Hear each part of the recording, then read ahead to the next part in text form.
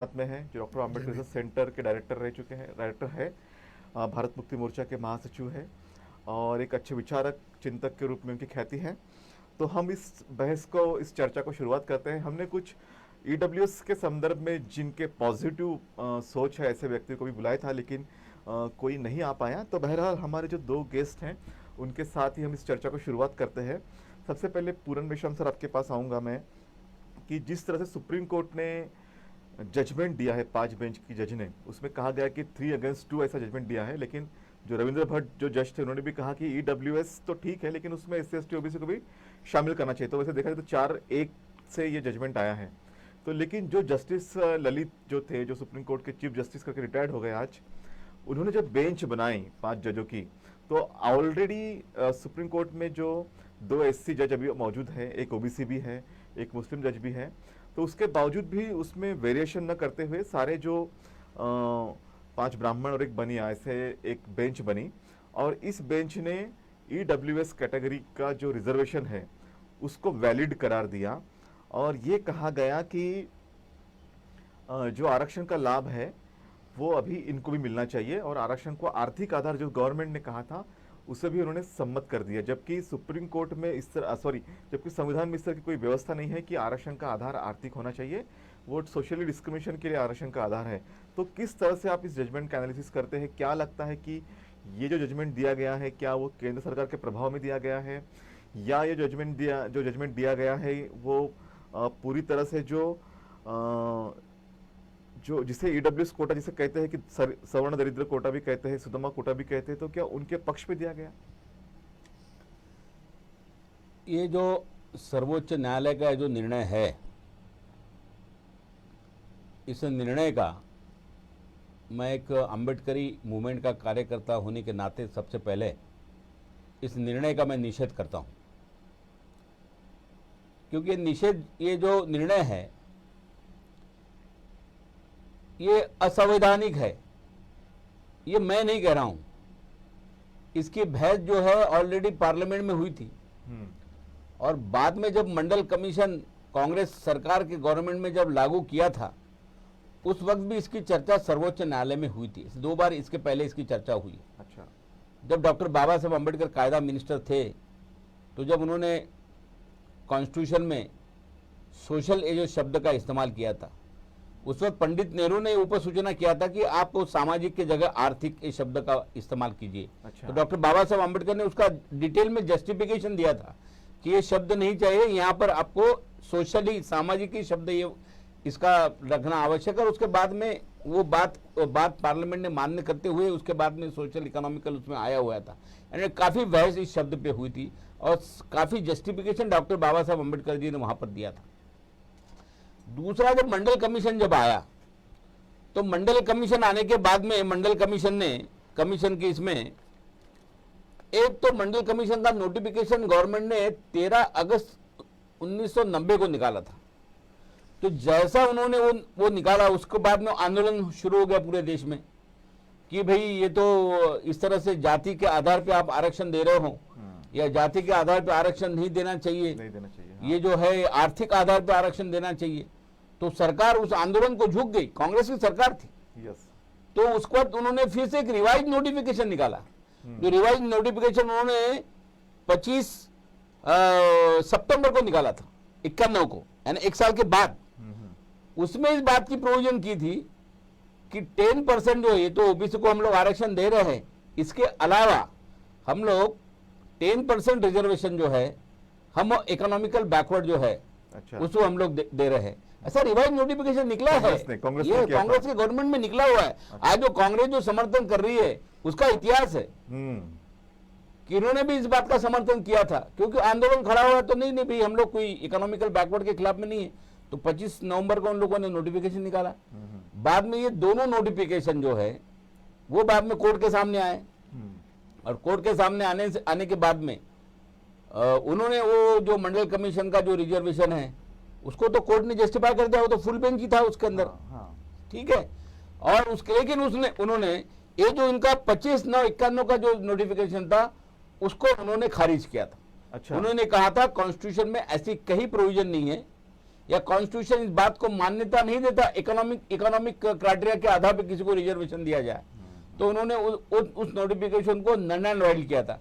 इसका मतलब साफ है कि इस देश में ऑलरेडी सुप्रीम कोर्ट ने इकोनॉमिक आधार के ऊपर रिजर्वेशन देने का जो मामला था, इस मामले को ऑलरेडी खारिज किया हुआ है, और उसके बाद में 50% रिजर्वेशन वगैरह ये सब चीजें आई है। अब सवाल ऐसा है कि एक बात सर्वोच्च न्यायालय ने ये बात ऑलरेडी डिसाइड की है, तो उसको फिर से डिसाइड करने का, फिर से उनको 5 लोगों का बेंच बिठाने का आवश्यकता क्या है, क्योंकि ऑलरेडी 5 जज बेंच ने इसके ऊपर निर्णय लिया हुआ था, और ये जो कांग्रेस गवर्नमेंट ने निकाला हुआ नोटिफिकेशन सेट असाइड किया था, तो इसके बाद में ये बेंच बना हुआ है, और ये बेंच के अंदर भी जो है चीफ जस्टिस जो है यहाँ के सुप्रीम कोर्ट जो उदय ललित जो है, उन्होंने उसके फेवर में, उसके अगेंस्ट में निर्णय दिया हुआ है। उन्हें भटके सारे जो जस्टिफिकेशन दिया उसको उन्होंने इंडोर्स किया हुआ है। इसका मतलब कि सर्वोच्च न्यायालय का चीफ जस्टिस ये बात को मानता है कि भाई असंवैधानिक है। तो चीफ जस्टिस जब मानता है असंवैधानिक है, तो बाकी जज लोग उसको संवैधानिक कैसे कह सकते हैं? यानी इसका मतलब कॉन्स्टिट्यूशन के बेंच के अंदर जिस तरह से मौके हो रही है, सब ये कॉन्स्टिट्यूशन के साथ जिस तरह से खिलवाड़ हो रही है, ये कहने का मतलब जो है ये बहुत बड़ी साजिश है, ऐसा मैं समझता हूं इसके अंदर। और दूसरी बात, मैं ये बात अभी आपके सामने रखना चाहता हूं कि जब प्रमोशन का जब इशू आया था, तो यही सुप्रीम कोर्ट ने कहा था कि तुम्हारे पास डाटा कहाँ है? डाटा नहीं है, यस, आप डाटा लाओ। तो डाटा जब लाओगे तो तुम्हारा रिजर्वेशन हम लोग आगे देंगे, और फिर कितने % में देना चाहिए उसका भी डाटा आपने लाना चाहिए। तो आप मुझे बताइए कि इकोनॉमिकल कंडीशन के आधार के ऊपर रिजर्वेशन देते वक्त पार्लियामेंट ने कोई डाटा पार्लियामेंट में रखा हुआ था? कोई डाटा नहीं, सरकार ने कोई डाटा रखा हुआ था? डाटा नहीं है। आपने जो निकष के आधार के ऊपर इनको रिजर्वेशन दिया, कौन से निकष रखे आपने? 8 लाख इनकम, ठीक है। उसके बाद में तो आपने कहा खेड़े का अगर होगा तो एग्रीकल्चर लैंड जो है 5 एकड़, और घर भी अगर होगा तो उसको 1000 स्क्वायर फीट का फ्लैट, ये सारे निकष आपने रखे।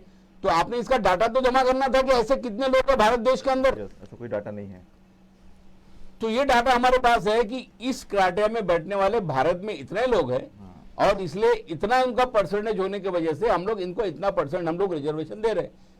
पार्लियामेंट के सामने कोई कॉन्स्टिट्यूशन अमेंडमेंट हो रही है, 103 कॉन्स्टिट्यूशन अमेंडमेंट आप कर रहे हो, तो without data, without survey, without report of the any commission, इतना बड़ा रिजर्वेशन, सारे रिजर्वेशन हम लोग जो दे रहे हैं वो सारे कोई कमीशन कॉन्स्टिट्यूशन दे रही provision in the Indian constitution.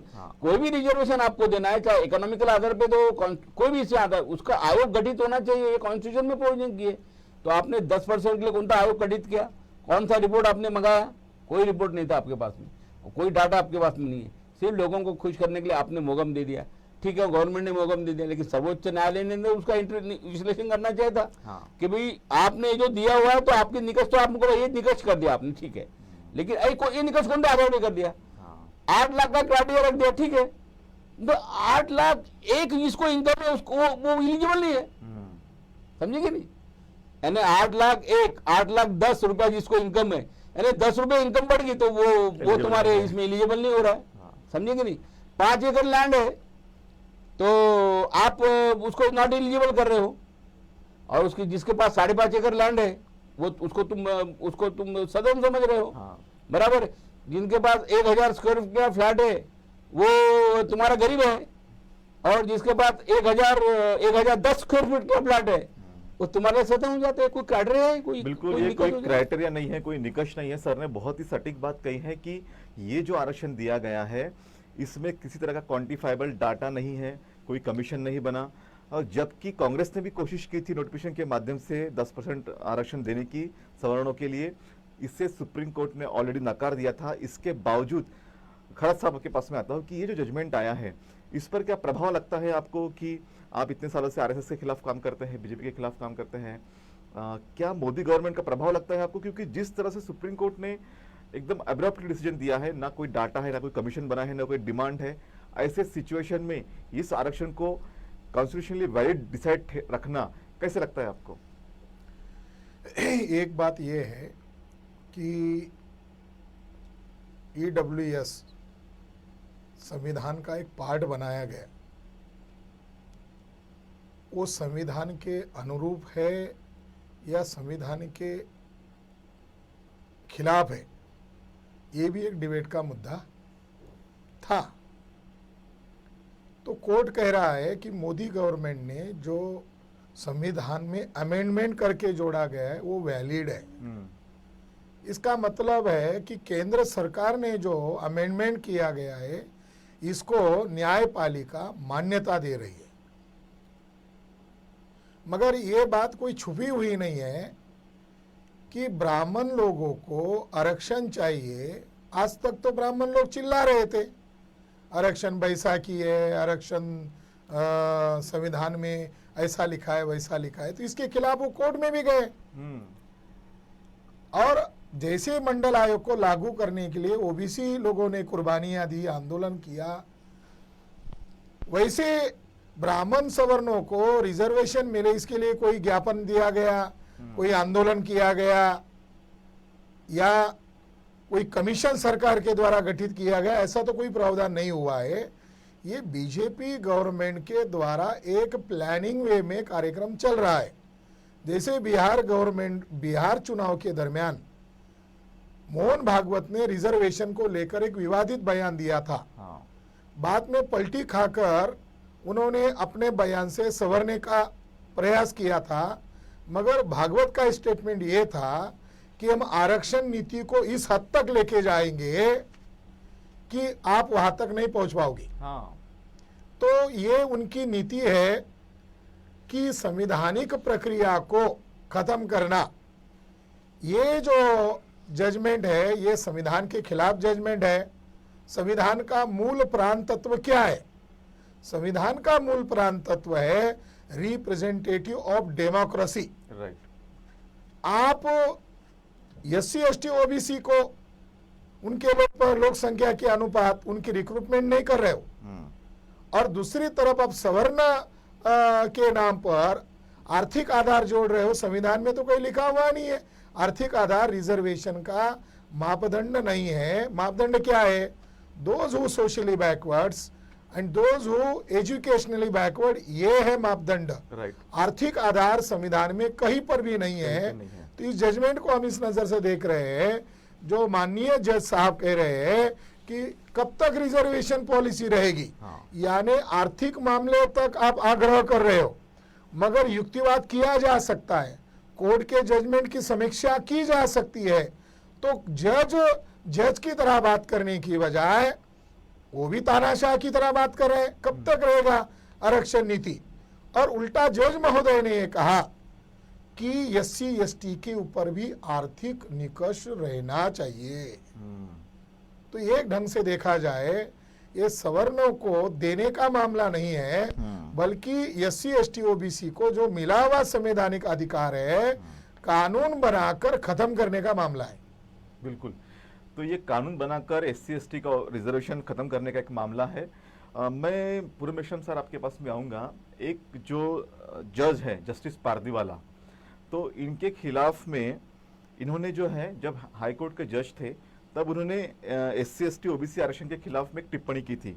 तो उस टिप्पणी के खिलाफ में उनके ऊपर महाअभियोग भी चला जाने वाला था संसद के अंदर में, लेकिन कुछ कारणों से फिर वो नहीं हो पाया। उनके जो उनका जब सुप्रीम कोर्ट में जब उनको आना था जज बन के, तब भी उसके खिलाफ में काफ़ी लोगों ने शिकायतें लिखी, काफ़ी लोगों ने प्रयास भी किए। कई सांसद सदस्यों ने भी कहा कि इन्हें जज के तौर पे नियुक्त मत करो। अब यही जज पादरीवाला जो व्हाट्सएप फॉरवर्ड के मैसेज होते हैं, अब फॉरवर्ड का मैसेज क्या है कि आरक्षण केवल 10 सालों के लिए था। ये व्हाट्सएप पे बहुत जगह फॉरवर्ड होते रहता है, जबकि हकीकत ऐसी नहीं है। हकीकत जो है आरक्षण की 10 साल के लिए था या नहीं था, आप जरा इसको विशेष करके बताइए। देखो ये जो बात है ना 10 साल के आरक्षण वाली, इसमें बहुत अलग तरीके से जो लोग हैं, जो मूलभूत जो बात जो है कॉन्स्टिट्यूशन के अंदर, उस बात को दरकिनार रखते हुए लोगों में भ्रम फैलाने की बात कर रहे हैं। अरे भाई 10 साल का आरक्षण तो ये पॉलिटिकल आरक्षण की प्रोविजन है। हाँ, उसको रिव्यू किया जा सकता है, उसको रिव्यू किया जाता है। हम तो कभी बोलेंगे आपको कि उसको बढ़ा करके आप भी बढ़ा रहे हो, क्योंकि आपके बेनिफिट में इसलिए आप बढ़ाते जा रहे हो। राइट। ये तुम्हारा नौकरी का आरक्षण और तुम्हारे एजुकेशनल रिजर्वेशन की जो बात है, वहां पर कोई भी एम्बार्गो नहीं है, इसके अंदर कोई मुदत नहीं दी हुई है। हाँ, कोई लिमिट क्योंकि नहीं है। जिस कारणों से वो रिजर्वेशन दिया हुआ है, सोशल एंड एजुकेशनल इक्वालिटी है उसका आधार है, ठीक है। तो जब तक सामाजिक समता प्रस्तापित नहीं होती और जब तक सामाजिक विषमता के आधार के ऊपर भेदभाव और डिस्क्रिमिनेशन कायम है, यस, तब तक ये आरक्षण कायम रहने वाला है। बिल्कुल। जिस दिन ये देश की सरकार कहेंगी कि नहीं अभी सामाजिक विषमता खत्म हो गई, सामाजिक समता प्रस्तापित हो गई, या अभी कोई भी जात धर्म के आधार के ऊपर किसी भी प्रकार का डिस्क्रिमिनेशन नहीं हो रहा, हाँ। ये जिस दिन सरकार डाटा के साथ, हाँ, बिल्कुल, और पुरावों के साथ ये सिद्ध कर देंगी और हमको भी कन्विंस कर देंगे कि भाई अभी कोई डिस्क्रिमिनेशन है कि नहीं, तो हम ही बोल देंगे कि भाई हमको नहीं चाहिए रिजर्वेशन।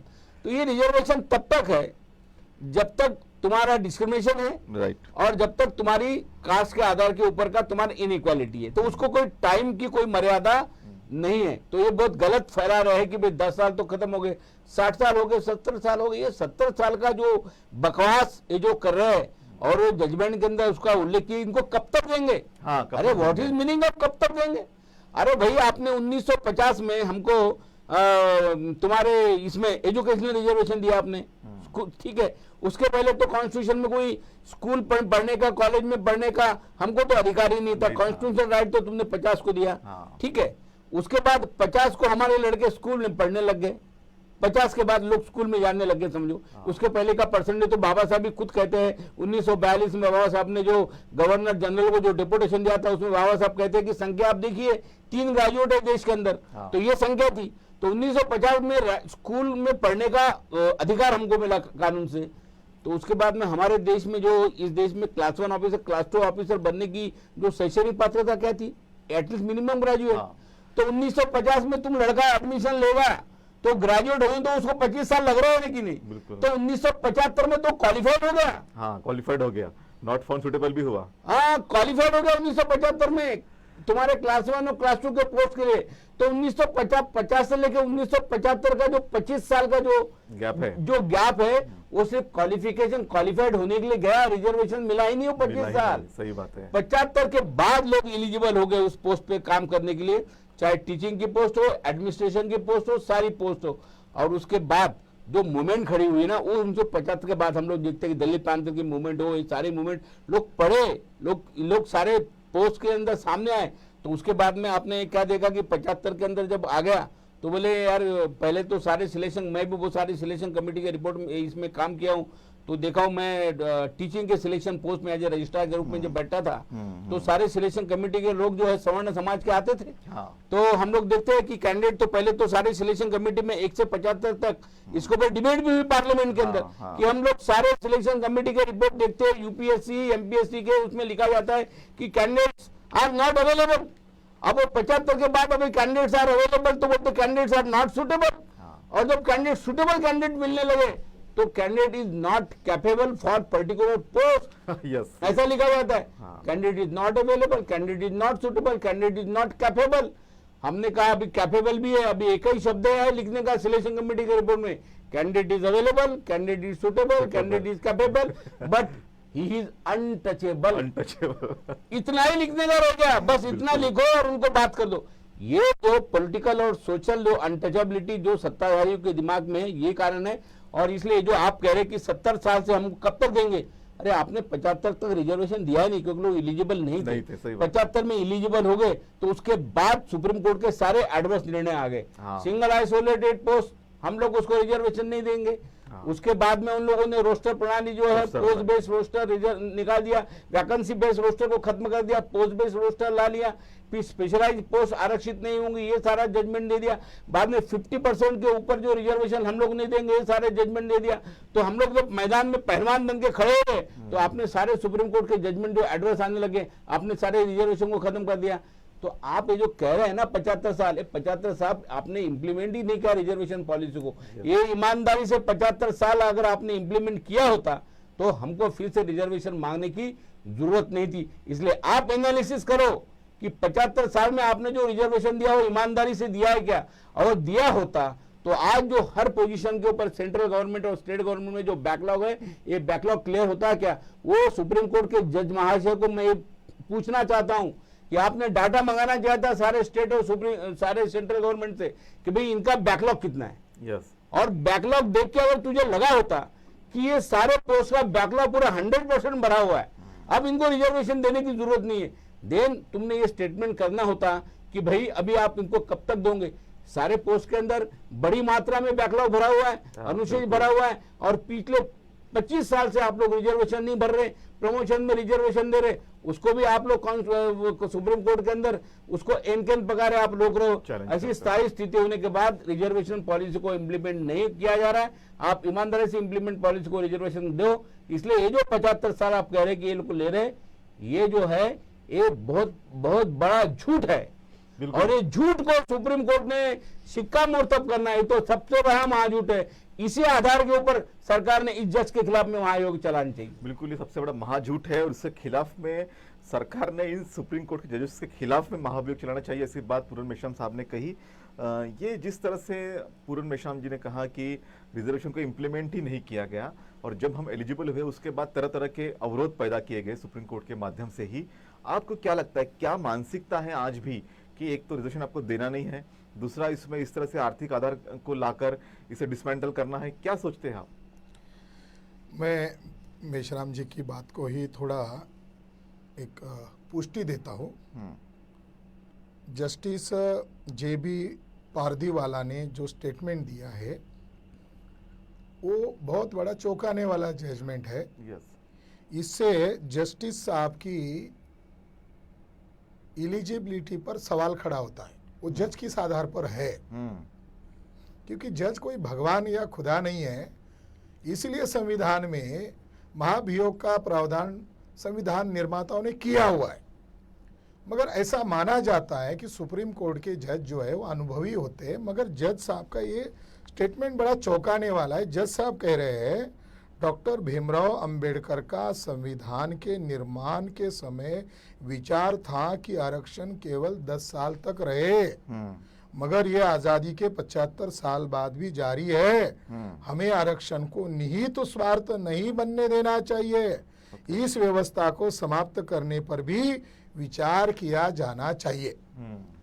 मैं न्यायपालिका का सम्मान करता हूं क्योंकि हम लोकतांत्रिक देश में रहते हैं, मगर जज साहब ने डॉक्टर बाबा साहब अंबेडकर का हवाला देते हुए ये कहा, तो हम इस जज साहब को सवाल पूछना चाहते कि जज साहब, कॉन्स्टिट्यूशन डिबेट वॉल्यूम अवेलेबल है, कौन से वॉल्यूम में ऐसा कहा हुआ है, कौन से तारीख को कहा हुआ है, कौन से पेज पर कहा हुआ है, कौन से पैराग्राफ में कहा हुआ है, कौन से लाइन में कहा हुआ, बताओ तो। बिल्कुल, कॉन्स्टिट्यूशन डिबेट में डॉक्टर बाबा साहब अंबेडकर ने कहीं पर भी रिजर्वेशन की काल मर्यादा, सीमा मर्यादा 10 साल है ऐसा नहीं कहा है। इसके बावजूद बाबा साहब अंबेडकर को कोट करके ये कहा जा रहा है, तो ये संविधान सभा का अपमान है, संविधान का अपमान है। तो ऐसे जज को और ऐसे जजमेंट को ये झूठ स्टेटमेंट देने के कारण ये जजमेंट वैलिड नहीं रह पाता, हमारी नजर में वैलिड नहीं है। बिल्कुल, क्योंकि जज जो है स्टडीड माने जाते हैं। क्या RSS के प्रवक्ता बोल दे, भैया जोशी बोल दे, तो लोग मीडिया वाले छाप देते, खबर बना देते, हम मान लेते बकवास बात है। मगर भैया जोशी की तरह ही जज ऐसा बोल दे, बकवास बात बोल दे, जज को यह शोभा नहीं देता है। मगर दूसरी इंपॉर्टेंट बात जो अपने जज की मुद्दे को लेकर बनाए, ये बोलते अक्षुण्ण, ये कितने साल तक रहना चाहिए? 75 साल तक रहना चाहिए। संविधान में कहा लिखा हुआ है ब्राह्मणी जज बनना चाहिए? संविधान में कहा लिखा हुआ है कि ब्राह्मण को ही जज बनना चाहिए? अनुसूचित जाति के आदमी जज नहीं बन सकता, CJI नहीं बन सकता। हाईकोर्ट, सुप्रीम कोर्ट में किसकी बपोती है? सारे के सारे लोग सवर्ण ब्राह्मण लोग हैं। 2 साल पहले मीडिया में खबर आई थी और एक जज के द्वारा वो स्टेटमेंट दिया गया था, एवरी सिख जज इज अंकल सिंड्रोम, यानी रिश्तेदार के रिश्तेदार है। Collegium system. अभी जो सर न्यायाधीश आज जो खबर आई है, उनके पिताजी भी जज थे और ये भी अब जज है, बेटा भी जज होने वाला है, अब उनके बेटा जज होने वाले हैं। तो कहने का तात्पर्य यह है कि जो जज है वो संवैधानिक प्रक्रिया के तहत खड़े नहीं किए गए, उनका चयन संवैधानिक तरीके से नहीं किया गया है। बाद में हम इसका हल ढूंढेंगे। पहले जो जजेस है, एक सिंगल जाति के जजेस रहना ये संविधान के लिए धोखा है और लोकतांत्रिक प्रक्रिया के लिए एक बहुत बड़ा खतरा है। ये हम इस माध्यम से कहना चाहते हैं। बिल्कुल। मगर एक उदाहरण आपको देना चाहता हूं कि जब बाबरी मस्जिद का विवाद खड़ा था तो उस दरमियान फैजाबाद जो जिला है वहां पर, जिसमें नेहरू जी के द्वारा मूर्ति रखी गई थी 1949 को अंदर, तो उस जगह को ताला लगाया गया था और राजीव गांधी को चुनाव प्रक्रिया करना था, इसलिए वो शिलान्यास करना जाना चाहते थे। तो उन्होंने फैजाबाद जज को निर्देशित किया कि आप वो ताला खुलवाने का आदेश निकालो। तो उन्होंने कहा होगा उसके लिए, इससे तो बवाल खड़ा होगा, बवाल रुकने के लिए तो ताला लगवाया गया है विवादित जगह पर। तो उन्होंने ताला खुलवाया। तो उन्होंने ताला कैसे खोला? जज की योग्यता, वो SC ST OBC की योग्यता मांग रहे, हम ब्राह्मण जजेस की योग्यता पूछ रहे, तुम्हारी योग्यता क्या है? तो उसने अपनी बायोग्राफी में भी यह बात का जिक्र किया कि मैं जब फैसला सुनाने के लिए बैठा था तो मेरे खिड़की के सामने से एक काला बंदर बैठा हुआ था, मायूसी से बैठा हुआ था, लोग उसके चने फुटाने दे रहे थे, वो खा नहीं रहा था और मेरी तरफ ही निहार रहा था। तो मुझे उसके दृष्टि से दैवी संकेत मिला और मैंने झट से कलम उठाई और मैंने झट से ताला खुलवाने का ऑर्डर दिया। जब मैंने ताला खुलने का ऑर्डर दिया, वो जंप मारने लगा और जब मुझे सरकारी गाड़ी से मेरे आवास पर छोड़ने का समय आया तो मैं देखता हूँ वही काला बंदर मेरे सरकारी आवास के बरामदे में बैठा हुआ मुझे नजर आया। तो मुझे यकीन हुआ मैंने जो आज फैसला दिया है वो बंदर को भगवान मानकर दिया है। उस जज को बाद में हाईकोर्ट का जज बनाया गया। जिस जज ने बाबा साहब अम्बेडकर ने जो बात नहीं कही, वो बात बाबा साहब अम्बेडकर के मुंह से कही, उस जज के ऊपर महाभियोग का मामला चलने वाला था, मगर मनोवादी सरकारों ने वो चलाया नहीं। तो वो जज आज संविधान के खिलाफ क्यों बोल रहा है? अगर उसके खिलाफ पहले ही महाभियोग चलाया जाता तो उस जज को ऐसा नहीं बोला जा सकता। एक प्रमाण है। दूसरा प्रमाण ये है, जस्टिस गोगोई, जस्टिस गोगोई के ऊपर एक महिला ने प्रताड़ना का, यौन प्रताड़ना का गंभीर आरोप लगाया था। उसकी जांच की गई मगर अब तक उसको सार्वजनिक नहीं किया गया और उसके पहले RSS BJP ने उनको राज्यसभा का मेंबर बनाया गया। ब्लैकमेल करके उनको उनके द्वारा फैसला लिया गया। मुझे लगता है इनका वो पुराना हिसाब दिखाकर ही उनको ऐसा फैसला देने के लिए मजबूर किया होगा जैसे गोगोई है। ऐसा फैसला देने के लिए बाध्य किया जा सकता है क्योंकि ये प्रभाव में है जजेस मोदी के, RSS और के। 5 जजेस ने मीडिया के सामने आकर प्रेस कॉन्फ्रेंस लिया था। हाँ। कि केंद्र सरकार दबाव बनाकर हमसे फैसले ले रही है। हाँ। तो 5 जजेस अभी भी जिंदा है। जिंदा है, बिल्कुल बिल्कुल। ये एक बहुत इंपॉर्टेंट बात कही सर ने कि जजेस के ऊपर दबाव होता है और दबाव के कारण इस तरह के फैसले आते हैं। आपको क्या लगता है? देखो, ये बात तो कॉन्स्टिट्यूशनल मॉरलिटी की है। हाँ, ये बात तो बाबा साहब ने भी कही थी कि कॉन्स्टिट्यूशन अगर है, उसको चलाने वाले लोग अगर ठीक ठाक नहीं है तो कॉन्स्टिट्यूशन को इम्प्लीमेंट नहीं कर सकते। यस, बराबर है। ये कॉन्स्टिट्यूशन मॉरलिटी की बात है। कॉन्स्टिट्यूशन को इम्प्लीमेंट करने वाले जो 4 भाग जो है या 4 स्तंभ है, अगर वो नैतिकता से काम नहीं करेंगे, जो मॉरलिटी की बात की थी, हाँ, तो फिर कॉन्स्टिट्यूशन का ढांचा जो है तो खत्म हो जाएगा। भाई, देश की पार्लियामेंट, उसको जो जिम्मेदारी दी है कॉन्स्टिट्यूशन ने, अगर वो ईमानदारी से नहीं निभाएगी, इस देश की ब्यूरोक्रेसी है या देश की जुडिशियरी है, इनको जो कॉन्स्टिट्यूशन ने रिस्पॉन्सिबिलिटी दी है, ये अगर ईमानदारी से नहीं करेंगे, नैतिकता के आधार पर नहीं करेंगे, अगर मॉरलिटी के आधार पर नहीं करेंगे तो कॉन्स्टिट्यूशन इंप्लीमेंट ही नहीं होगी। इसको कॉन्स्टिट्यूशनल मॉरलिटी कहते हैं। आज निवडणूक आयोग तुम्हारा जो है वो एक जमाने में था कि सेशन था जिसको अधिकार थे। कॉन्स्टिट्यूशनल मॉरलिटी जब वो आदमी के पास रही, अधिकार वही है, अधिकार वही है। लेकिन वो अधिकार कॉन्स्टिट्यूशनल मॉरलिटी जिनके पास में होती तो वो परिवर्तन कर सकता है, सही बात। लेकिन जिसके पास नहीं है वो कुछ नहीं कर सकता। इसलिए वो इम्प्लीमेंट करने वाले जो लोग हैं, इसका ये सीधा सीधा सवाल है। और आज जो जुडिशरी में ये जो सारी बातें जो चल रही है, और जुडिशरी में रिजर्वेशन देने का जो मुद्दा जो इसलिए पहले आया हुआ था, इसी सरकार के वक्त कमीशन हम लोग बना के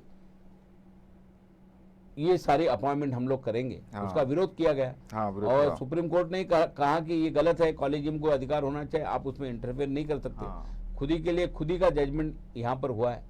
तो आज इंटायर ये सारा जजमेंट देखते हुए अभी एक ये जजमेंट से क्या हो गया, एक सामाजिक पूरे देश में एक नया बवाल खड़ा होने वाला है। इसके तरफ, और वो सरकार ये चाहती है, आप इस बात को ध्यान में रखिए, रिजर्वेशन को जिनको इम्प्लीमेंट नहीं करना है वो लोग ये चाहते हैं कि सुप्रीम कोर्ट के जजमेंट अलग अलग आने चाहिए। लोगों ने उसका विरोध करना चाहिए, कुछ लोगों ने उसका सपोर्ट करना चाहिए। और इसके बाद अभी ये भी सामने आएंगी बात कि भी 5 लोगों का जजमेंट है, फिर से 11 बेंच जजों का आना फुल चाहिए। फुल कॉन्स्टिट्यूशनल बेंच बनाना चाहिए, इसके ऊपर फिर से रिव्यू होना चाहिए। यानी ये बात फिर 11 जजों के बेंच की तरफ में जाएंगी। ये ऐसा करते करते जो तुम्हारा रिजर्वेशन जो है वो उसको पूरा सामने ढकेलते रहना चाहिए, और जो सेक्टर में रिजर्वेशन मिल रहा है वो सारे सेक्टर को प्राइवेटाइज करते रहना चाहिए। इन प्रकार का सरकार का ये धोरण है कि सरकारी सेक्टर में जो रिजर्वेशन मिल रहा है उसको ना मिलने दे, उसको कॉन्स्टिट्यूशनल और सुप्रीम कोर्ट के निर्णय के आधार के ऊपर उसमें रुकावट पैदा करना चाहिए। और जैसे जैसे सार्वजनिक सेक्टर का जो प्राइवेटाइजेशन अगर हो जाएगा तो वैसे उसका रिजर्वेशन खत्म हो जाएगा। तो मुझे यह लगता है कि ये पूरी सरकार की साजिश है, जो कॉन्स्टिट्यूशन ने जो रिजर्वेशन इनको दिया है उसे कैसे खत्म किया जा सके। और एक तरफ तुम्हारा नेता जो है उनका मैं आदर करता हूं, मोहन जी भागवत, वो कहते हैं कि हमारे इसने जो है पूर्वजों ने पाप किया है, इसलिए हम लोग पाप क्षालन करना चाहिए। अरे भाई, सोशल इक्वालिटी ये बहुत बड़ा पाप आप लोगों ने किया था चातुर्वर्ण के आधार पे। आप इस बात को मान रहे हो, आज मान्य कर रहे हो ना, कल मान्य नहीं कर रहे थे, आज आप मान्य कर रहे थे। तो चातुर्वर्ण और मनुस्मृति आपने लाया, इसलिए आपने सोशल इक्वालिटी लाया। अब सोशल इक्वालिटी जो है ये पाप है, इनइक्वालिटी अगर पाप है तो उसका पाप क्षालन अगर करना है तो सोशल इनइक्वालिटी को खत्म करना चाहिए, सामाजिक विषमता को खत्म करना चाहिए। और सामाजिक विषमता को अगर खत्म करना चाहिए तो आरक्षण को ईमानदारी से इम्प्लीमेंट करना चाहिए। मैं एक बात और आपसे पूछूंगा, क्योंकि जैसा कि सर ने बिल्कुल बहुत गंभीर सवाल उठाया कि सुप्रीम कोर्ट के जज में काफी प्रभाव होता है, काफी उनके ऊपर दबाव भी होता है। अब देखिए, जिस तरह से बार बार ये बात सुप्रीम कोर्ट में आई कि आरक्षण 50% से अधिक नहीं हो सकता है, इंदिरा साहनी के केस में ये तय हुआ। इसके बाद में अलग अलग राज्यों ने आरक्षण दिए और उसे सुप्रीम कोर्ट ने स्टे लगाया। राजस्थान में देखो अभी 64% आरक्षण है, जिसमें ईडब्ल्यूएस को 10 और एमबीसी जो है 5% आरक्षण। गुर्जरों को 5% आरक्षण देने की बात राजस्थान सरकार ने कही, लेकिन सुप्रीम कोर्ट ने स्टे लगा दिया। हरियाणा में भी जाट लंबे समय से आरक्षण की मांग कर रहे थे, अब तक उन्हें नहीं मिला। बिहार में भी ईडब्ल्यूएस आरक्षण के बाद अभी ये 60% हो गया है। गुजरात में पटेल जाति आरक्षण की मांग कर रही थी, लेकिन उनके आरक्षण नहीं दिया गया। महाराष्ट्र में मराठा आरक्षण पर स्टे लगा। डाटा की बात कही, जैसे कि आपने डाटा की बात की कि डाटा नहीं था। उसके तमिलनाडु ने शेड्यूल 9 में डाल दिया, इसलिए एससी एसटी ओबीसी को 69% आरक्षण वहां मिलता है। छत्तीसगढ़ में छत्तीसगढ़ सरकार ने उन्हें 27% आरक्षण देने की बात कही थी ओबीसी को, लेकिन उस पर भी कोर्ट ने स्टे लगा दिया। सेम बात एमपी में भी हुई, कोर्ट ने स्टे लगा दिया। तो जहां जहां ओबीसी आरक्षण देने की बात कही थी, या फिर जो जाट गुर्जर मराठा जैसे जातियां हैं उन्हें आरक्षण देने की बात कही गई थी, सुप्रीम कोर्ट ने स्टे लगाया। लेकिन ये ऐसा पहला मामला है कि जहां दरिद्र सवर्ण, सुदामा सवर्ण आरक्षण की मांग नहीं करते हैं, उन्हें आरक्षण मिलता है, उन पर स्टे भी नहीं लगता है, और 3 साल के बाद ये मामला सुनवाई में आता है। और 5 जजों की बेंच, जिसमें कोई विविधा, जिसे विविधता कहते हैं वो नहीं है, बिल्कुल सब एक जैसे है, और वो लोग कहते हैं कि बिल्कुल ये वैलिड है। किस तरह से देखते हैं आप? आप देखिए, जहाँ जहाँ सामाजिक आधार के ऊपर आरक्षण मांगा गया, जिसका उल्लेख आपने किया है, वो चाहे पटेल का, चाहे गुजरात में हो, या फिर चाहे राजस्थान का हो, या महाराष्ट्र का हो, एमपी का हो, लोगों ने ये जात के आधार के ऊपर आरक्षण मांगा, क्योंकि उनको मालूम है कि जात ही ये निकष है, क्योंकि एक बार जात के आर्थिक आधार के ऊपर रिजर्वेशन नहीं मांग सकते, ये सर्वोच्च न्यायालय ने तय किया था 92 को, ठीक है। तो उसके बाद इसी आधार पर सर्वोच्च न्यायालय ने सारी याचिकाएं और सारा उनका रिजर्वेशन को जो है सेट असाइड कर दिया कि भाई ये 50% के ऊपर जा रहा है। हाँ, बराबर है, बिल्कुल। अब हमारा कहना है कि सुप्रीम कोर्ट जो है उसके ऊपर शिक्कामोर्तब कर दिया था कि आप 50% के ऊपर आरक्षण नहीं दे सकते, और सुप्रीम कोर्ट के सारे कई निर्णय जो आ गए वो सारे निर्णय इसी आधार पे आए कि 50% के ऊपर आप जा नहीं सकते, सही वो सारे निर्णय इलीगल हो गए अभी। हाँ, सारे निर्णय इलीगल हो गए, सारे निर्णय असंवैधानिक हो गए कि नहीं आज? हाँ, बिल्कुल। तो आप बताइए, सारे निर्णय असंवैधानिक होने के बाद वो निर्णय को फिर से खड़ा किया जा सकता है? हाँ। हो गया। दूसरा बात है कि आज आप लोग 10% दे रहे हो, ठीक है, और एक तरफ ओबीसी रिजर्वेशन मांग रही उनके जनसंख्या के आधार के ऊपर। हाँ। और वो जनसंख्या वो कह रही है कि भाई आप एक बार उसके वाले जनसंख्या का जो है उसकी आप लोग मौज माफ कर लो, सेंसस कर लो, गणना कर लो। वो गणना क्यों मांग रही है और सरकार क्यों नहीं दे रही है, कर रही हो? क्योंकि एक मालूम है कि एक बार आइडेंटिफाइड हो जाएगा कि ओबीसी की जनगणना में वो 75% है या 80% है, या तो उतना रिजर्वेशन उनको देना पड़ेगा, बराबर। इसलिए वो जनगणना नहीं करना चाहती है लोक संख्या का, क्योंकि आपने SC ST इनको जो है उसके पॉपुलेशन के आधार पर रिजर्वेशन दिया हुआ है, तो आपको ओबीसी को भी देना पड़ेगा, फिर 50 के ऊपर जाएगा। तो क्या कर रहे हो कि ये इनको इनके परसेंटेज के ऊपर रिजर्वेशन मिलना ही चाहिए, उतना रिजर्वेशन रखो ही नहीं। तो क्या कर लो, इकोनॉमिकल आधार के ऊपर आज 10% रिजर्वेशन दे दिया। कल मांग आने वाली है साहब कि डेटा जमा करो, और ये 5 एकड़ वाले 8 लाख वाले कितने लोग हैं इनका ये करो, उसके अंदर अगर ये 20% अगर आ जाएंगे तो 10 का परसेंटेज और 20% हो जाएगा, 25% हो जाएगा, फिर तुम्हारा आज 50% रिजर्वेशन जो तुमको दे रहे हैं वो 75% हो जाएगा, फिर बचा कितना 25%। फिर ओपन कैटेगरी के लोगों को आप लोग कहां से नौकरियां देने वाले हो आप लोग, ये बात आने वाली है आगे। इसलिए किसी भी प्रकार का इतने तरह से कॉन्स्टिट्यूशनल ये सारी दिक्कतें जो है, एब्स्ट्रैक्ट जिसको कहते हैं, वो इतने निर्माण करो कि चाहे इकोनॉमिकल आधार पे रहो या सोशल आधार पे रहो, कोई भी आधार पे हो, इनको रिजर्वेशन इस देश का खत्म करना है। ये उसकी पूरी साजिश है, और ये साजिश जो है इसको जो है सुप्रीम कोर्ट ने आज पहली बार इसको शिक्कामोर्तब आज कर दिया है कि इकोनॉमिकल आधार के ऊपर। और ये क्या कहते हैं, कॉन्स्टिट्यूशन में ऐसा कई कहानी है। अरे कॉन्स्टिट्यूशन में कहानी आप कह रहे हैं ना, सोशली इकोनॉमिकल बैकवर्ड जब बाबा साहब ने ये कॉन्स्टिट्यूशन के अंदर डाला हुआ है, और आप कहते हैं कि कॉन्स्टिट्यूशन में ये ऐसा कहीं कहा नहीं कि भाई आप इकोनॉमिकल आधार के ऊपर आप रिजर्वेशन नहीं दे सकते करके। अरे जब अनटचेबिलिटी को दूर करने के लिए, सामाजिक विषमता को दूर करने के लिए, समता, स्वातंत्र्य, बंधुता, न्याय मूल्यों की स्थापना के लिए हम लोग जब रिजर्वेशन देना चाहते हैं, तो इसका मतलब ये उसका आधार सोशल रिजर्वेशन ही है। तो इसका ये पूरा होने के बावजूद भी आज इस तरह से जो आप जजमेंट दे रहे हैं, इसका मतलब ऐसा है कि सरकार और यहाँ की न्याय व्यवस्था, इनकी ये एक प्रकार का इनका इस तरह से समझौता है, इस बात का समझौता है कि देश का चाहे वो इकोनॉमिकल आरक्षण हो, चाहे सोशल आरक्षण हो, या कोई भी आरक्षण हो, इस तरह से ये आरक्षण को खत्म किया जा सके जब तक सारा सार्वजनिक सेक्टर जो है वो पब्लिक सेक्टर को हम लोग बहाल नहीं करते। जब तुम्हारा रिजर्वेशन रहेगा नहीं, सार्वजनिक सेक्टर में खत्म हो जाएगा, तो बाद में ये आरक्षण का मुद्दा खड़ा नहीं होता। बिल्कुल। तो सरकार और सुप्रीम कोर्ट दोनों का ये एक मिली भगत है, एक बिल्कुल अंडरस्टैंडिंग भी है कि इस आरक्षण को किसी तरह से खत्म किया जाए। जिस तरह से 10% आरक्षण दिया गया है, तो कई ऐसे स्टेट है, मैंने अभी हिंदू की एक न्यूज़ पढ़ी कि कर्नाटक में केवल 4% सवर्ण समाज के लोग रहते हैं, यानी जो अपर कास्ट जो गरीब है 4% लोग रहते हैं। अरे देश के कई ऐसे राज्य हैं जहाँ पे अपर कास्ट की संख्या जो है काफ़ी कम है, उसमें भी गरीबों की संख्या तो कोई उसका कोई मौजमाप ही नहीं है, अभी कोई डाटा ही नहीं है। ऐसे बाद इतना सब कुछ होने के बावजूद भी इस आरक्षण को देना ही है किसी भी तरह से, और सुप्रीम कोर्ट के माध्यम से इसे कुछ भी करके कहना है कि आरक्षण देना ही है। आपको क्या लगता है कि किस तरह से ये बहस अभी आगे जाएगी? दरअसल मामला रिजर्वेशन दरिद्रता निर्मूलन कार्यक्रम नहीं है। रिजर्वेशन की जो बुनियाद है वो रिप्रेजेंटेटिव है। रिजर्वेशन का माध्यम आर्थिक नहीं है। तो आर्थिक आधार पर आप क्या करना चाहते हो? पार्लियामेंट के अंदर ये सवाल पूछा गया ब्यूरोक्रेट्स में कौन कितने कितने संख्या में, जरा बताइए। पार्लियामेंट में पूछा गया, मीडिया में कितना है, ब्यूरोक्रेट्स में कितना है, जुडिशरी में कितना है। तो सरकार ने, पिछली सरकार ने ऑन रिकॉर्ड जवाब दिया मंत्री महोदय को, राइट, कि 79% ब्यूरोक्रेट्स में अपर कास्ट सवर्ण लोग हैं।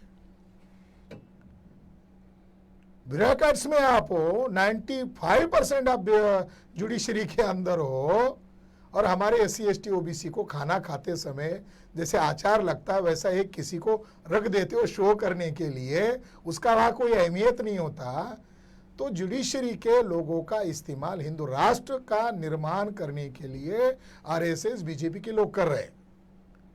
इसके दो पहलू है। नंबर एक, अगर सवर्ण ब्राह्मण आर्थिक रूप से गरीब है तो डाटा लेना चाहिए कितने हैं। हमारे पास वर्ल्ड लेवल का डाटा है। ग्लोबल हंगर इंडेक्स में भारत गरीबी में, भूखमरी में अव्वल।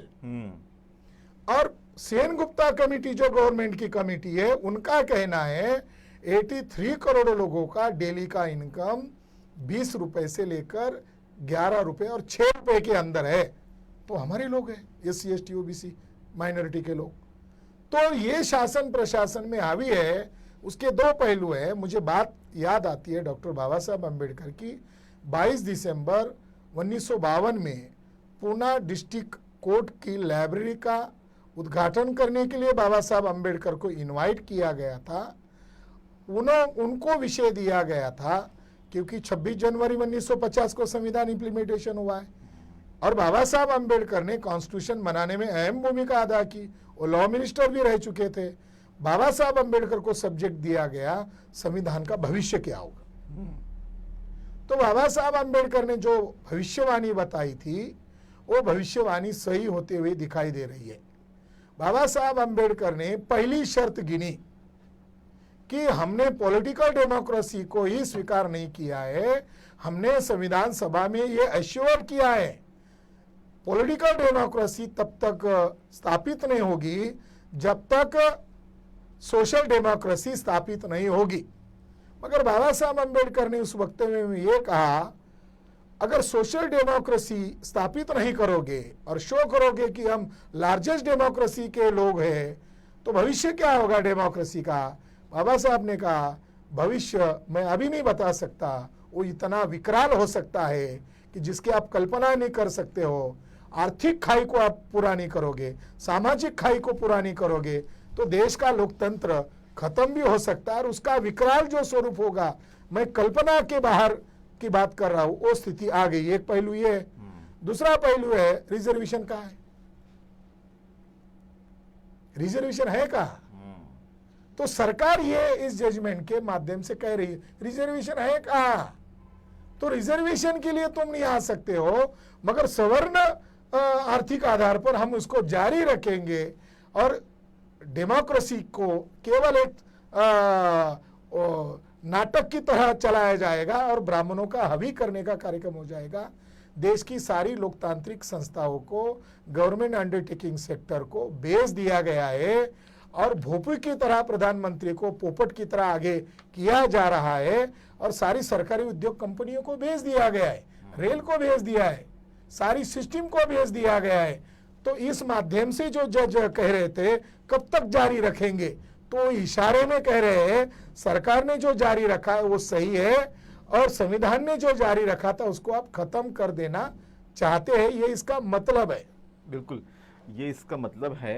ये एक बात जो सर ने कही कि एक सरकार ने ही खुद डाटा पेश किया था पार्लियामेंट के अंदर में कि देश में जो सेक्रेटरीज है उसमें केवल SC का सेक्रेटरी केवल 1 है, अंडर सेक्रेटरी केवल 3 है। जितने भी देश में विद्यापीठ है, विश्वविद्यालय है, वहाँ बहुत मुश्किल से 2 या 3 शेड्यूल कास्ट से शेड्यूल ट्राइब के या OBC के कुलपति आपको मिलेंगे। इवन जो IIT IIMs के जो प्रोफेसर है, असिस्टेंट प्रोफेसर है, वहाँ भी हमारी संख्या जो है SC ST OBC की पर्याप्त नहीं है, वहाँ भरा ही नहीं जाता और सारे के सारे पोस्ट जो होते हैं वो ब्राह्मण्स या फिर अपर कास्ट के लोग लेके जाते हैं। इतना सब कुछ होने के बाद भी आज भी जो देश के संसाधन जो है उस पर 80% कब्जा इन वर्गों का होने के बावजूद भी ये किस तरह की मानसिकता है कि फिर से भीख मंगों की तरह 10% पे इनकी नजर है? देखिए, बाबा साहब ने जो रिजर्वेशन देने का, बाबा साहब का जो बेसिक जो उनका जो ऑब्जेक्ट था, उन्होंने कई बार भी कहा है कि रिजर्वेशन का मतलब ऐसा नहीं है कि ये ब्रेड और बटर का प्रॉब्लम है। हम लोग ये चाहते हैं कि जो लोग हजारों साल से शस्त्र और शास्त्र से जो वंचित रहे हैं, और जे लोग इस शस्त्र और शास्त्र से वंचित रहे, वो लोग, इनको participation of policy making and participation of decision making, right, इस देश के धोरण तय करने के प्रक्रिया में और इस देश के निर्णय लेने के प्रक्रिया में उस तबके को आप लोगों ने उसको शेयर देना चाहिए, इसलिए रिजर्वेशन दिया है। रिजर्वेशन है, इकोनॉमिकल प्रॉब्लम नहीं था सिर्फ पेट भरने का कि भाई आप इन्हें दे दीजिए वो घर में खा लेगा। हाँ। बाबा साहब ये चाहते थे, बाबा साहब ने 1928 को जो साइमन कमीशन के सामने जो रिप्रेजेंटेशन दिया था और 1942 में जो गवर्नर जनरल को जो रिप्रेजेंटेशन दिया था, उसमें स्पष्ट तौर पर कहेगा कि हम हमारे लोगों को इसलिए शिक्षा चाहते हैं ताकि सारे लोग पढ़ सके, पढ़ के अच्छे नौकरियां पाकर, बड़े हुद्दों की नौकरियां पाकर वो इस देश के अपने हित में पॉलिसी कर पाए, इसलिए उसको हम लोग समर्थ बनाना चाहते हैं। सही बात है। हाँ। तो आप ये बताइए पॉलिसी मेकिंग में हम क्या है, छोड़ो रिजर्वेशन की बात है। अब शैक्षणिक पॉलिसी तय करने वाली सारी संस्थाएं जो है, यूनिवर्सिटी ग्रांट कमीशन है, बार काउंसिल ऑफ इंडिया है, मेडिकल काउंसिल ऑफ इंडिया है, AICTE है, ये सारी शैक्षणिक धोरण तय करने वाली प्रक्रिया है, इंप्लीमेंट करने वाले सारे लोग हैं। आप बताइए इसके एक भी chairman schedule caste schedule tribe का है? इसका एक भी सदस्य आप मुझे बताइए शेड्यूल कास्ट का है, शेड्यूल ट्राइब का है? ये सारे देश की शिक्षा नीति तय करते हैं और उस पर इंप्लीमेंट करते हैं। आप मुझे बताइए क्या पोजीशन है? जो सुप्रीम कोर्ट का जज कहता है कि इनको कितने सालों तक हम रिजर्वेशन देंगे, ये बात कहते हैं, तो उन्होंने ये तो देख लेना चाहिए कि मैं जिस जगह पे बैठा हूं वहां सुप्रीम कोर्ट में कितने शेड्यूल कास्ट शेड्यूल ट्राइब के जजेस है। 75 साल में हमने कितने जजेस बनाए हैं, ये थोड़ा सा अपने पड़ोस आजू बाजू में देख तो झांक तो लेना था। झांक लेना चाहिए था, डाइवर्सिटी देखना। तीसरी बात है कि इस देश में ये शिक्षा नीति बनाया, ये जो नया आयोग जो बना था, नया शिक्षा धोरण का, आप देखिए उस शिक्षा धोरण बनाने वाले उस सारे कमेटी के अंदर एक भी शेड्यूल का शेड्यूल ट्राइब का मेंबर रखा हुआ था तुम लोगों ने यहाँ पर नहीं। तो ये जो सारी पॉलिसियां तय करने वाली, आज जो तुम्हारा योजना आयोग है जिसका नाम इन्होंने बदल दिया था, वो जो नीति आयोग कर दिया, वो सारे धोरण तय करने वाली प्रक्रिया में आज भी आप लोग अनटचेबल हो। हाँ। तुमको एंट्री नहीं है वहां पर, और जो भी निर्णय लेते हो कायदा बनाने का, कानून बनाने का, वो निर्णय आप पार्लियामेंट में लेते हो। वो बोलते तुम्हारे में पार्लियामेंट में तुम्हारा रिप्रेजेंटेटिव है ना या पॉलिसी मेकिंग में, लेकिन तुम्हारा रिप्रेजेंटेटिव है, लेकिन किसके रिप्रेजेंटेटिव? वो तुम्हारे कार्यकर्ता है ना। सबसे ज्यादा शेड्यूल कास्ट शेड्यूल ट्राइब के जो MP जो है वो बीजेपी के हैं। हाँ। आप मुझे बताओ, कोई तो भी वॉइस उठाता है, कोई आवाज उठाता है, क्योंकि वो अपने पार्टी के धोरण के साथ जुड़ा हुआ है। तो इसका मतलब है कि पॉलिसी मेकिंग में और डिसीजन मेकिंग में आज तुम्हारे सब लोगों को अनटचेबल रखा गया है, इसलिए सारे निर्णय आज आ रहे हैं। इसलिए 103 का जो निर्णय आया कॉन्स्टिट्यूशन अमेंडमेंट का, इतने लोग होने के बावजूद भी किसी लोगों ने आवाज नहीं उठाया। तो इसलिए अब ये लड़ाई होनी चाहिए कि हमको जो है इस देश के पॉलिसी मेकिंग में हमारा सहभाग हो। यूनिवर्सिटी ग्रांट कमीशन अंदर एक सुदो थोड़ा आने के बाद कितना परिवर्तन हुआ हमको मालूम है, लेकिन हमें मालूम है कि एक चेयरमैन बनने से क्या चेंज आ सकता है। हमारा आदमी जहां पर भी जाएगा, आज महाराष्ट्र की सारे यूनिवर्सिटी का आप हिसाब देख लीजिए, एक भी यूनिवर्सिटी में, एक अमरावती विद्यापीठ में हम लोग जब मांग कर रहे थे कि भाई शेड्यूल कास्ट का एक भी वाइस चांसलर नहीं है, तो वहां पर शेड्यूल कास्ट का एक वाइस चांसलर बना है, लेकिन तुम्हारा नहीं बना है। हमने बनाया ना तो एक चामार समाज के आदमी को उन्होंने वाइस चांसलर बना दिया बताने के लिए, लेकिन उनके विचारों का था, उनके विचारों का था। तो आज पूरे महाराष्ट्र में एक भी शेड्यूल ट्राइब, एक भी माइनॉरिटी, एक भी VJNT कैटेगरी, इसका वाइस चांसलर आज तुम्हारे यहाँ पर देश जो सारे देश महाराष्ट्र में जो है वो एजुकेशन पॉलिसी को इम्प्लीमेंट करेंगे। एक रजिस्ट्रार जो अभी हमारा जो है, मैं नागपुर यूनिवर्सिटी में रजिस्ट्रार था, तो मेरा एक अपवाद था, और अभी एक रजिस्ट्रार बड़े मुश्किल से बना हुआ है गोंडवाना विद्यापीठ में। ये सारे यहाँ पर जितने भी स्टैट्यूटरी ऑफिसर के पद है, वहां पर आप देखिए कितने रिजर्वेशन आपने भरा है, कितने लोग भरे। तो आज ये चित्र है कि आप इनको बैकलॉग का डाटा ना दे। पॉलिसी मेकिंग में जो लोग बैठे हुए हैं, पॉलिसी मेकिंग के अंदर हमारे लोग कितने हैं, वो जितने भी आयोग इस देश में है, पूरे university grant commission, AICTE, bar council of India, pharmacy council of India, architecture council of India, ये सारे जो काउंसिल है, AICTE, ये सारे काउंसिल के अंदर आप बोलिए इनको कि हमारे लोग कितने, इन कितना रिप्रेजेंटेशन पॉलिसी मेकिंग के अंदर, वाइस चांसलर कितने हैं देश के पूरी यूनिवर्सिटी या सेंट्रल यूनिवर्सिटी, आज सेंट्रल यूनिवर्सिटी के अंदर आज तुम्हारा एक भी शेड्यूल कास्ट का और शेड्यूल ट्राइब का वाइस चांसलर नहीं है। ये स्थिति क्या, दे आर नॉट एलिजिबल। आपने शिक्षा दे दी ना, सुप्रीम कोर्ट का हमारा ये सवाल है कि 75 साल में इनको कब तक देना, तो उनको ये पूछना चाहिए कि सारे लोग एलिजिबल है लेकिन एक भी सेंट्रल यूनिवर्सिटी में शेड्यूल कास्ट का शेड्यूल ट्राइब का वाइस चांसलर क्यों नहीं है भाई? नहीं है। पॉलिसी मेकिंग में हमारे लोग, डिसीजन मेकिंग में हमारे लोग, इसलिए हम लोग रिजर्वेशन मांग रहे हैं। आप लोग इन लोगों को पॉलिसी मेकिंग में लो, इन लोगों को डिसीजन मेकिंग में लो, हम लोग रिजर्वेशन नहीं मांगे। और दूसरा मुद्दा मैं आपके सामने बताता हूं कि देखो कितनी बड़ी नौकरी है। आप देखिए जैसा कि अभी इन्होंने 8 साल का 8 लाख का ये इनकम क्राइटेरिया रख दिया, कल क्या होने वाला है? इनके प्रकार कुछ समाज में इस बात की होड़ लगेंगी कि हमारी एनुअल इनकम 8 लाख ना हो।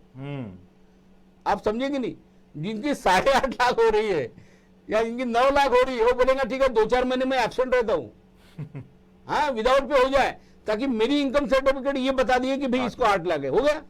दूसरा नौकरी क्या होने वाला है, जिनके पास 6 एकड़ जमीन है आज now they are not eligible, वो बोलेगा मैं 1 एकड़ जमीन बेच देता हूं, मेरे पास 5 एकड़ आना चाहिए।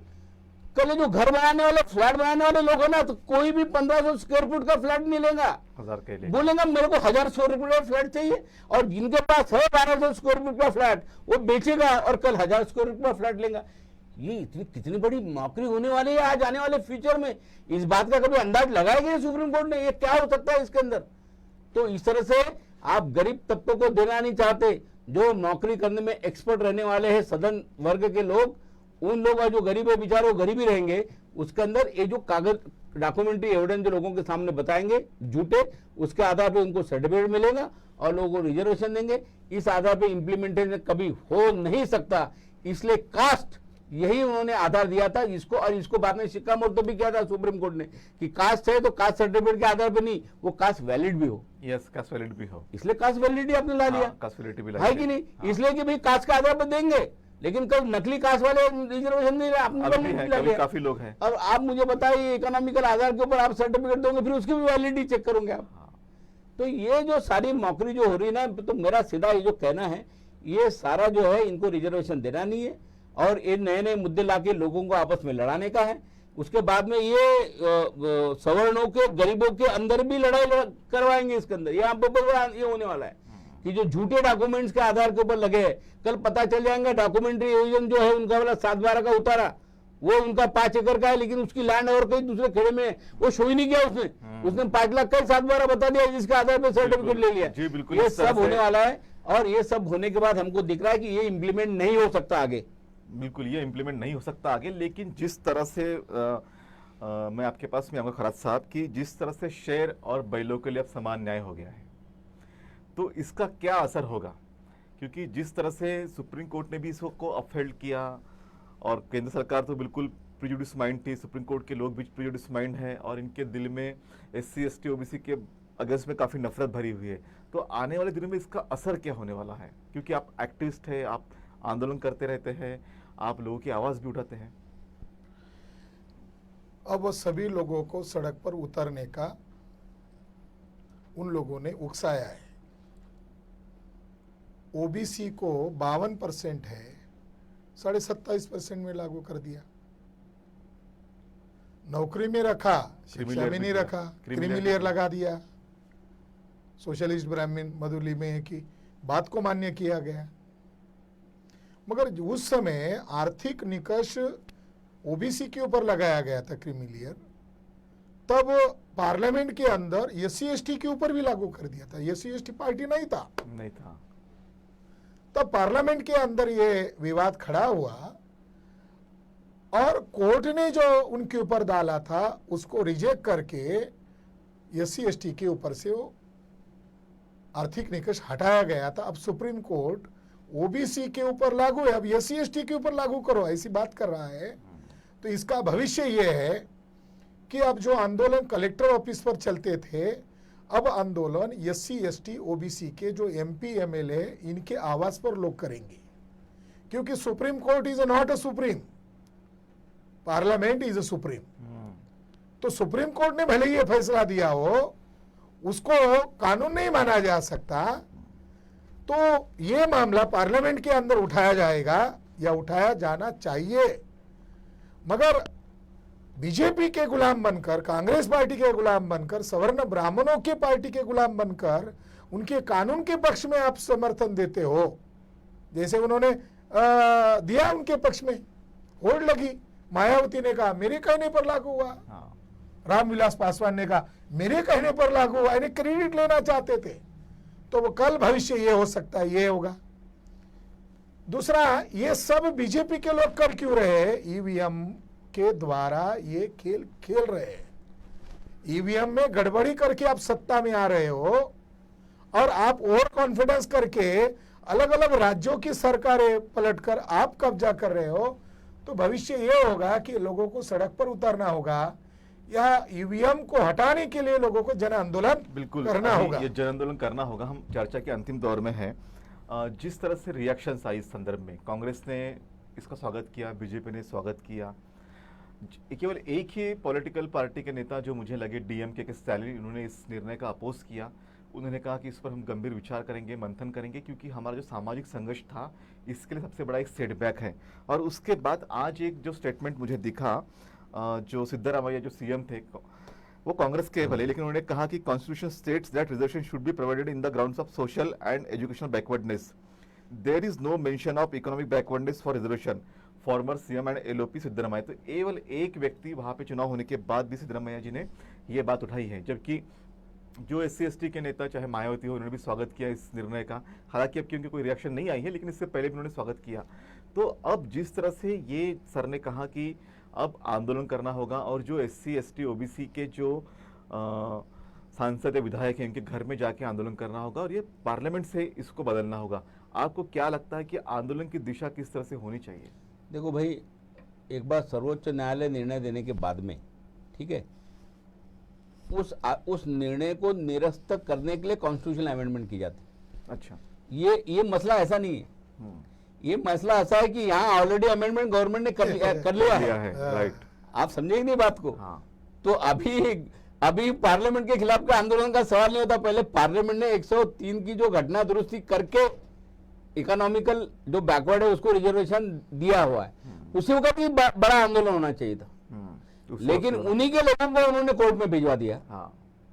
और हम तो अभी हमने तो भैया उसको चैलेंज किया, पहले कोर्ट का निर्णय होने दो, विदर जो कॉन्स्टिट्यूशनल वैलिडिटी उसमें है या नहीं है करके।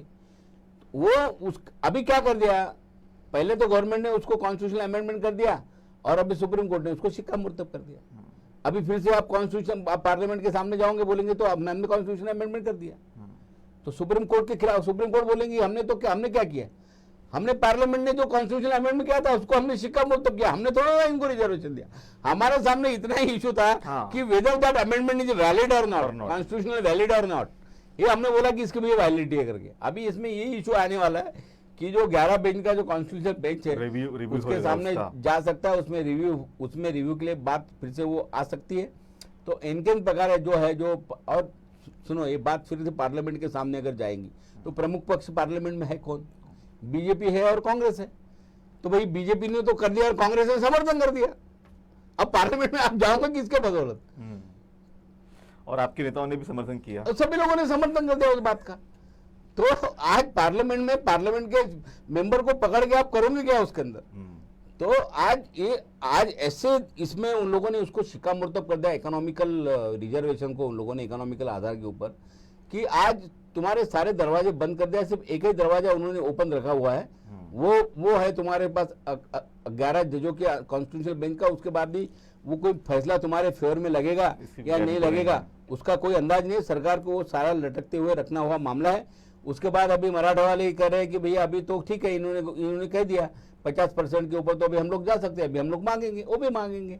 वो गुजरात के लोग फिर से वो खड़ा आंदोलन कर जाएंगे। जो जिनके आंदोलन के बारे में जो लोगों ने रिजर्वेशन मांग के जहां सुप्रीम कोर्ट ने जजमेंट दिया, वो सारे आंदोलन खड़े हो जाएंगे भी और बोलेंगे सब लोग 50% के ऊपर। तो कास्ट का देखो, बाकी जगह पे जो भी आरक्षण मांगा हुआ है, देखो यह मराठों के कास्ट के आधार पे मांगा हुआ है, वर्ग के आधार पे नहीं मांगा हुआ है। हाँ। गुजरात के अंदर भी जो मांगा हुआ है पटेल के लिए मांगा हुआ है, वर्ग के आधार पे नहीं मांगा हुआ है, कास्ट के आधार पे मांगा हुआ है। तुम्हारा वो जो जाट को मांगा हुआ है तुम्हारे यूपी के अंदर, वर्ग को नहीं मांगा हुआ है, जात को मांगा। ये बहुत डेंजरस बात है, आप बात को ध्यान में रखिए। और यहाँ पर भी उसको, और सरकार तो उनके साथ में है। हाँ। यहाँ पर जो कॉन्स्टिट्यूशन रिजर्वेशन हमको जो मिला है वो वर्ग को मिला है।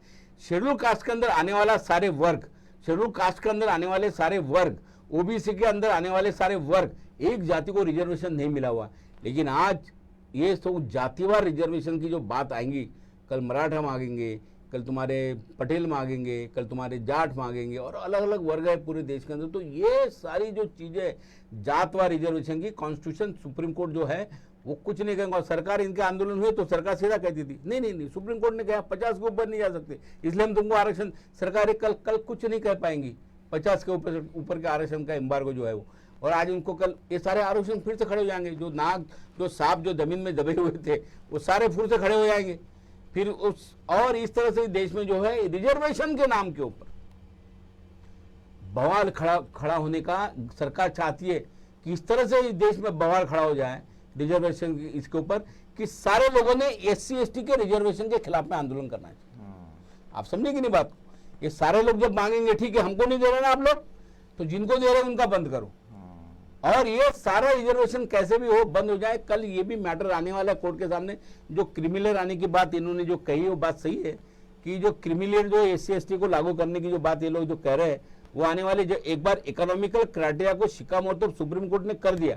दूसरी एक बहुत खतरनाक निर्णय सुप्रीम कोर्ट ने लिया हुआ है कि इकोनॉमिकल रिजर्वेशन के अंदर SC ST को उन लोगों ने OBC को निकाल दिया बाहर। ऐसा पहले नहीं था। अच्छा, बराबर है। ओपन कैटेगरी 50% जो सीटें रहती थी ओपन कैटेगरी की, कॉम्पीट करते थे, उसमें हम लोग कॉम्पीट कर सकते थे, क्योंकि open means open for all, open for all. इसलिए हमको अपना SC ST OBC का रिजर्वेशन मिलता था, उसके बावजूद भी हम लोग कॉम्पीट कर सकते थे। मैं नागपुर यूनिवर्सिटी में रजिस्ट्रार बना तो मैं ओपन कैटेगरी में बना।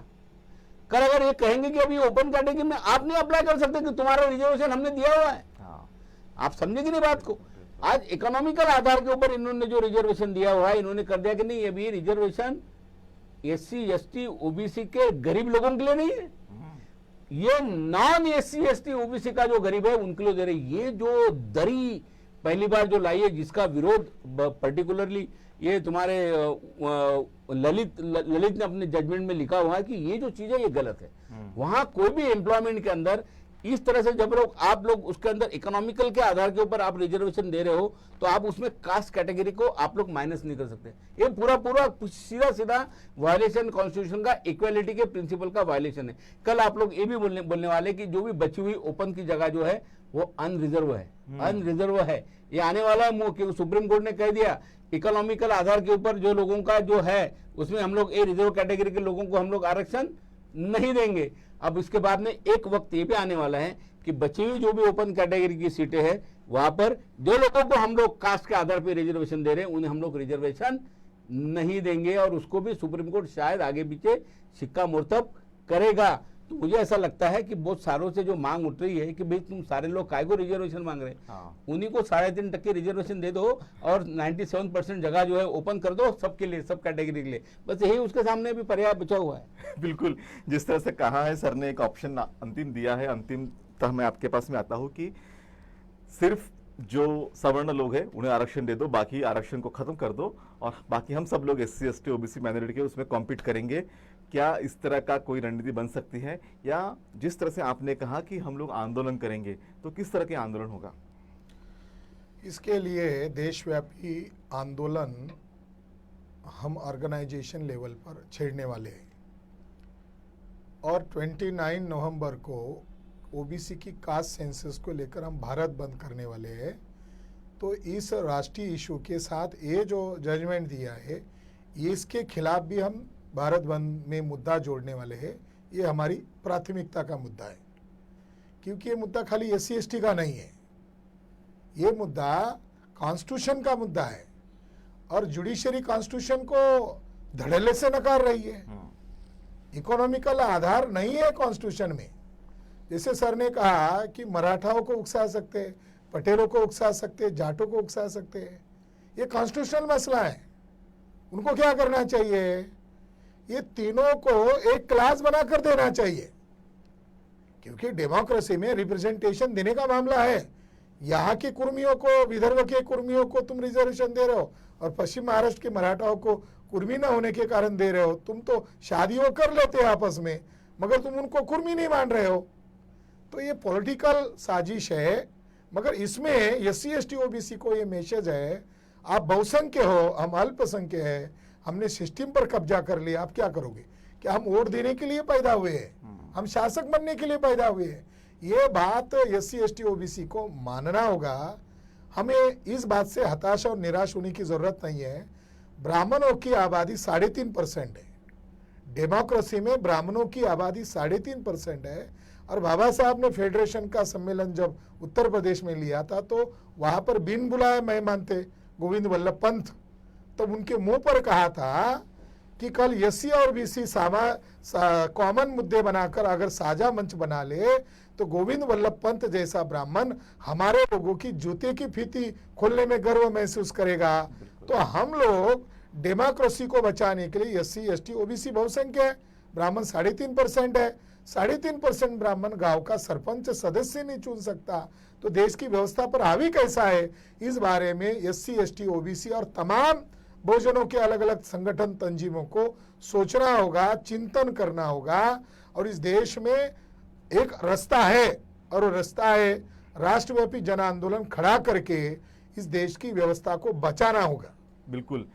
तो जिस तरह से आज आरक्षण के संदर्भ में जो ये बहस हुई, ईडब्ल्यूएस आरक्षण के संदर्भ में, और हमारे पास दोनों बहुत ही उम्दा वक्ते आए, और मुझे लगता है कि आज की इस बहस से एक नई दिशा भी मिलेगी। और जिस तरह से सर ने कहा कि इस बारे में काफ़ी और चिंतन करना होगा, गहरा चिंतन करना होगा, मनन करना होगा, और उसके बाद में ईडब्ल्यूएस का जो आरक्षण ये धोखा है, और इस धोखे के वजह से एससी एसटी ओबीसी माइनॉरिटी के लगभग 90% लोग प्रभावित हो सकते हैं। और एक डेंजरस ट्रेंड जो है सरकार ने भी सेट किया है, सुप्रीम कोर्ट ने भी सेट किया है। तो ये बहुत बड़ी जिम्मेदारी है एससी एसटी ओबीसी माइनॉरिटी के लोगों की, कि इस सरकार ने जिस तरह से आपस में मतभेद निर्माण करने की कोशिश की है, जिस तरह से कॉन्स्टिट्यूशन को दबाने की कोशिश की है, संवैधानिक जो व्यवस्था है उसे तहस नहस करने की भी कोशिश की गई है, साजिश की गई है, इसको सोच समझकर जवाब देने की जरूरत है आंदोलन के माध्यम से। मुझे लगता है आज की इस बहस के बाद, चर्चा के बाद, और कई तरह के आंदोलन होंगे, चर्चाएं होगी, बहस होगी। हम भी निरंतर इस विषय पर चर्चा करते रहेंगे। बहरहाल आज हमारे बीच में आए, हमसे वक्त साझा किया, और ये जो जटिल मुद्दा आरक्षण का था, इसे काफ़ी अच्छी तरह से आपने समझा है। उस सब के लिए आप सबका बहुत बहुत धन्यवाद। जय भीम। जय भीम।